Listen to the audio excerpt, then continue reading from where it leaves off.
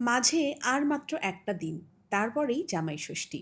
জামাই ষষ্ঠীতে যেমন মেয়ে জামাইকে উপহার দেওয়া হয়, তখন মেয়ে জামাইও কিন্তু মাকে বা বাবাকে উপহার দেয়। বাবা তো নেই, তাই মাকেই দেব।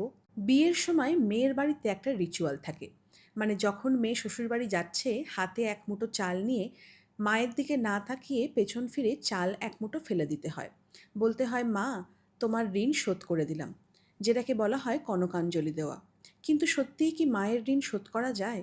কক্ষনো নয়। যখন খুব ছোট ছিলাম, তখন মাকে বলতাম, মা, আমি যখন বড় হয়ে অনেক বড় চাকরি করব, তোমাকে অনেক কিছু কিনে দেবো। মা শুনে হাসতো।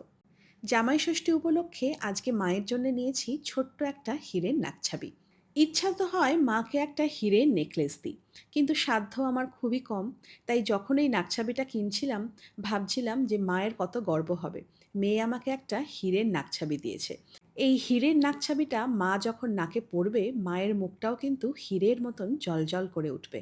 আমি যখন খুব ছোট ছিলাম, মাকে বলতাম, মা, দুঃখ করো না, আমি যখন বড় হব, অনেক টাকা রোজগার করব, চাকরি করব, তখন তোমাকে আমি সব কিছু কিনে দেবো। মা তখন হাসতো, কিন্তু তোমরাও আমার পরিবারেরই মানুষ।